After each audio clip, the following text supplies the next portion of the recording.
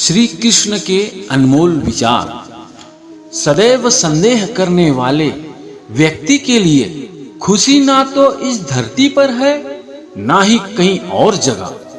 जय श्री कृष्ण।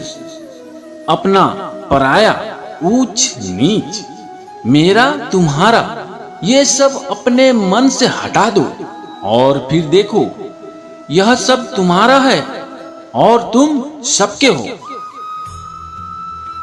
मनुष्य अपने विश्वास से बनता है, जैसा वो विश्वास करता है वैसा बन जाता है। आत्मा पुराने शरीर को ठीक उसी प्रकार त्याग देती है जिस प्रकार मनुष्य अपने पुराने वस्त्रों को त्याग कर नए वस्त्रों धारण कर लेता है। परिवर्तन ही इस दुनिया का नियम है। कल जो किसी और का था आज वो तुम्हारा है एवं कल वो किसी और का होगा।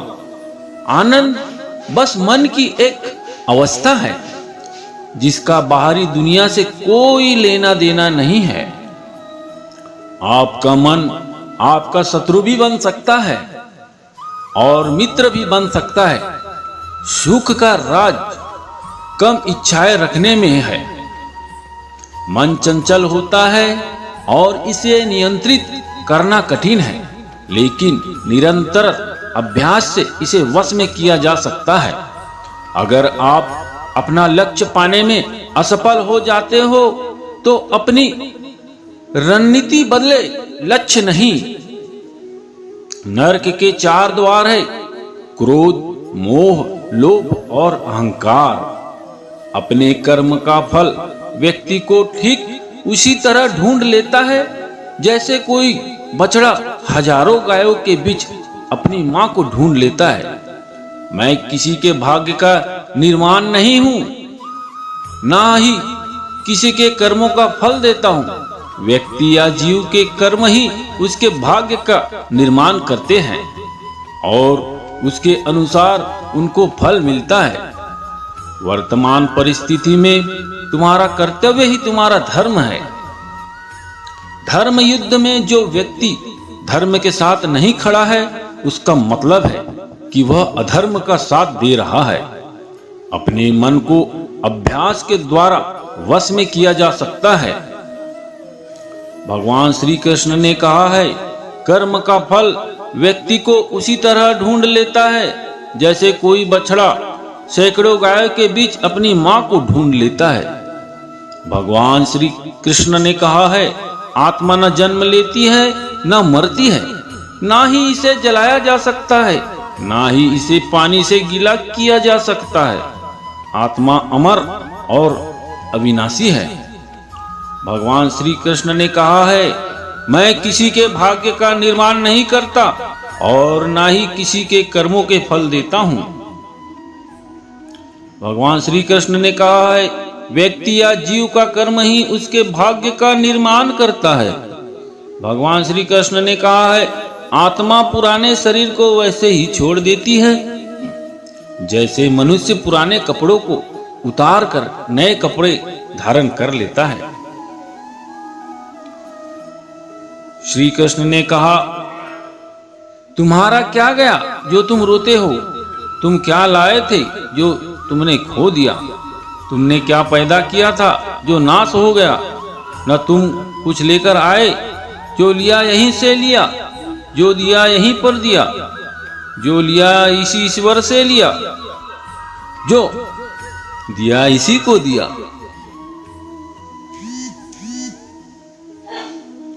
आत्मा को न शस्त्र काट सकते हैं न आग उसे जला सकती है, न पानी उसे भिगा सकता है न हवा उसे सुखा सकती है। क्रोध से मनुष्य की मति मारी जाती है, यानी मूढ़ हो जाती है, जिससे स्मृति भ्रमित हो जाती है। स्मृति भ्रमित हो जाने से मनुष्य की बुद्धि नष्ट हो जाती है और बुद्धि का नाश हो जाने पर मनुष्य खुद अपना ही का नाश कर बैठता है। मन बहुत ही चंचल होता है और इसे नियंत्रित करना कठिन है, परंतु अभ्यास से इसे वश में किया जा सकता है। बुद्धिमान व्यक्ति ईश्वर के सिवा और किसी पर निर्भर नहीं रहता। न तो यह शरीर तुम्हारा है और न तुम इस शरीर के मालिक हो। यह शरीर 5 तत्वों से बना है, आग, जल, वायु, पृथ्वी और आकाश। एक दिन यह शरीर इन्हीं 5 तत्वों में विलीन हो जाएगा।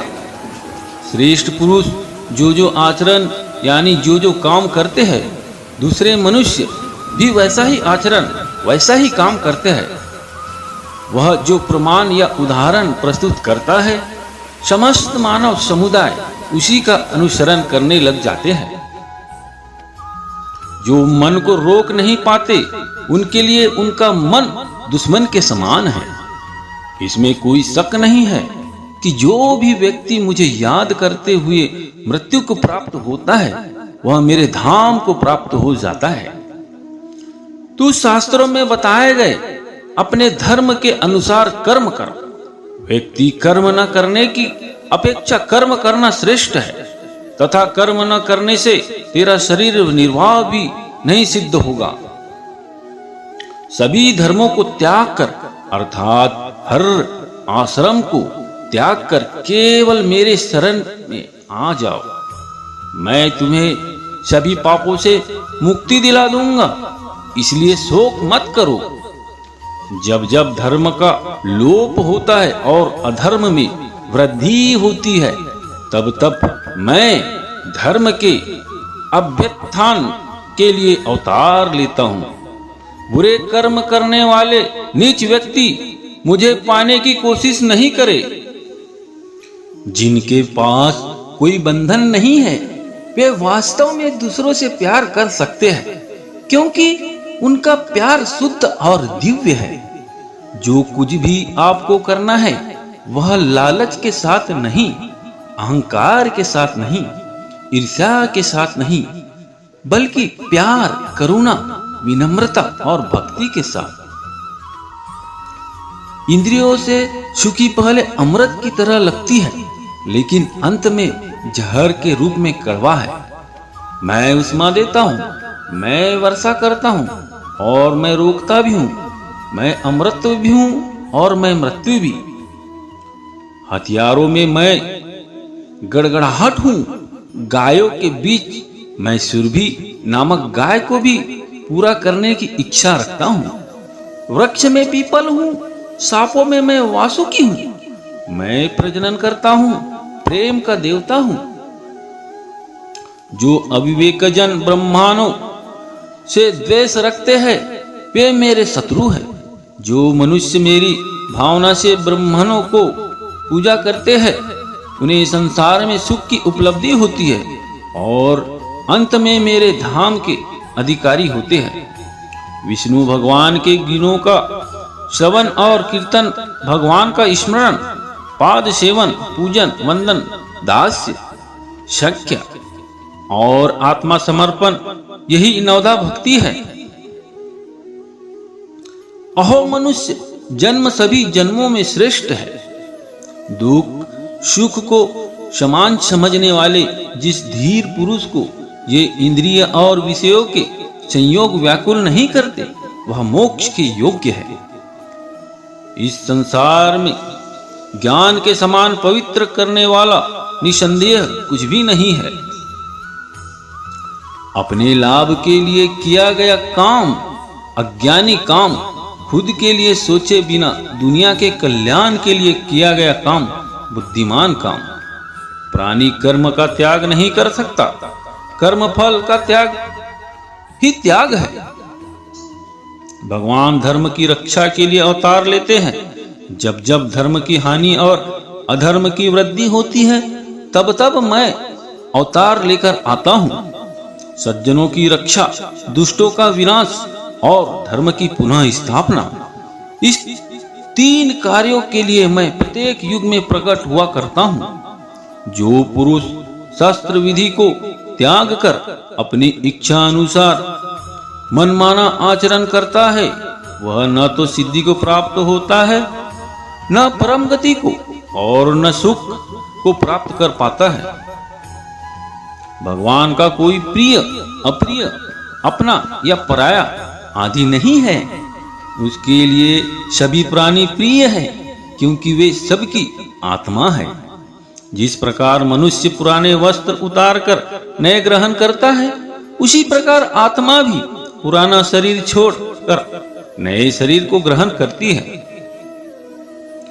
जब दो व्यक्ति एक दूसरे के निकट आते हैं, तो एक दूसरे के लिए सीमाएं और मर्यादाएं निर्मित करने का प्रयत्न करते हैं। हम यदि सारे संबंधों पर विचार करें, तो देखेंगे कि सारे संबंध का आधार यही सीमाएं हैं जो हम दूसरों के लिए निर्माण करते हैं। और यदि अनजाने में भी कोई व्यक्ति इन सीमाओं को तोड़ता है, तो उसी क्षण हमारा हृदय क्रोध से भर जाता है। किंतु इन सीमाओं का वास्तविक रूप क्या है? सीमाओं के द्वारा हम दूसरे व्यक्ति को निर्णय करने की अनुमति नहीं देते, अपना निर्णय उस व्यक्ति पर थोपते हैं, अर्थात किसी की स्वतंत्रता का अस्वीकार करते हैं। और जब स्वतंत्रता का अस्वीकार किया जाता है, तो उस व्यक्ति का हृदय दुख से भर जाता है। और जब वो सीमाओं को तोड़ता है, तो हमारा मन क्रोध से भर जाता है। क्या ऐसा नहीं होता? पर यदि एक दूसरे की स्वतंत्रता का सम्मान किया जाए, तो किसी मर्यादाओं या सीमाओं की आवश्यकता ही नहीं होती। अर्थात जिस प्रकार स्वीकार किसी संबंध का देह है, क्या वैसे ही स्वतंत्रता किसी संबंध की आत्मा नहीं? स्वयं विचार कीजिए। निर्णय के क्षण में हम हमेशा ही किसी अन्य व्यक्ति के सुझाव, सूचना एवं मंत्रणा या परामर्श को आधार बनाते हैं, और हमारे भविष्य का आधार हमारे आज किए हुए निर्णय के ऊपर होता है। तो क्या हमारा भविष्य किसी अन्य व्यक्ति के दिए हुए सुझाव पर परामर्श का फल है? क्या हमारा संपूर्ण जीवन किसी अन्य व्यक्ति के बुद्धि का परिणाम है? सबका अनुभव है कि अलग अलग लोग एक ही स्थिति में अलग अलग परामर्श देते हैं। मंदिर में खड़ा भक्त कहता है कि दान करना चाहिए, और चोर कहता है कि मौका मिले तो इस मूर्ति के श्रृंगार चुरा लूं। धर्म से भरा हृदय धर्म में सुझाव देता है, और अधर्म से भरा हृदय अधर्म का परामर्श देता है। धर्म में सुझाव का स्वीकार ही मनुष्य को सुख की ओर ले जाता है, किंतु ऐसे परामर्श का स्वीकार करना तभी संभव हो पाता है जब हृदय में धर्म हो। अर्थात किसी का सुझाव अथवा परामर्श स्वीकार करने से पूर्व स्वयं अपने हृदय में धर्म को स्थापित करना क्या आवश्यक नहीं है? स्वयं विचार कीजिए। पिता हमेशा ही संतान के सुख की कामना करते हैं, अपने भविष्य की चिंता करते रहते हैं। इसी कारणवश ही अपनी संतानों के भविष्य का मार्ग स्वयं निश्चित करने का प्रयत्न करते रहते हैं।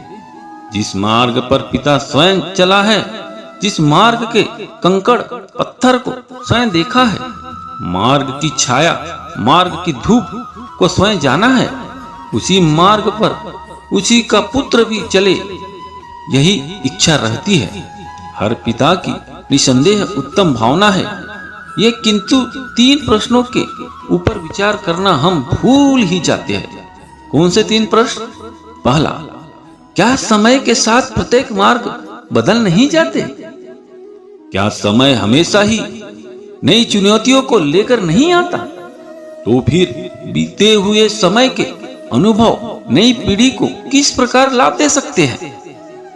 दूसरा, क्या प्रत्येक संतान अपने माता पिता की छवि होता है?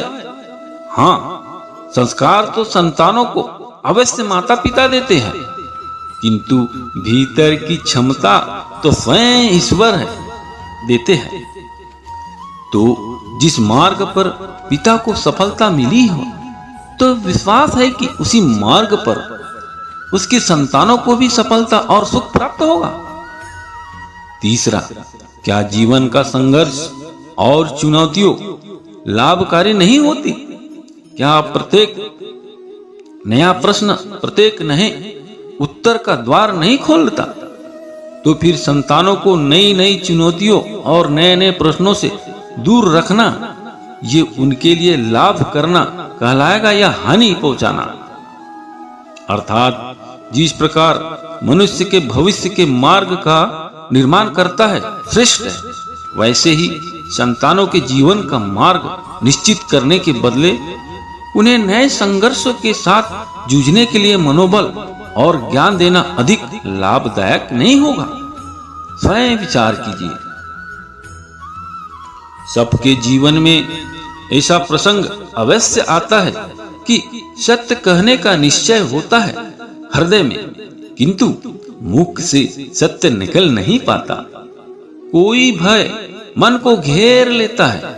किसी घटना एवं प्रसंग के विषय में बात करना या स्वयं से कोई भूल हो जाए उसके बारे में कुछ बोलना, क्या ये सत्य है? नहीं, ये तो केवल तथ्य है। अर्थात जैसे हुआ वैसा बोल देना सामान्य सी बात है, किंतु कभी कभी उस तथ्य को बोलते हुए भी भय लगता है। कदाचित किसी दूसरे के भावनाओं का विचार आता है मन में, दूसरे को दुख होगा, ये भय भी शब्दों को रोकता है। तो ये सत्य क्या है? जब भय रहते हुए भी कोई तथ्य बोलता है तो वो सत्य कहलाता है। वास्तव में सत्य कुछ और नहीं, केवल निर्भयता का दूसरा नाम है। और निर्भयता होने का कोई समय नहीं होता, क्योंकि निर्भयता आत्मा का स्वभाव है। अर्थात प्रत्येक क्षण क्या सत्य बोलने का क्षण नहीं होता? स्वयं विचार कीजिए।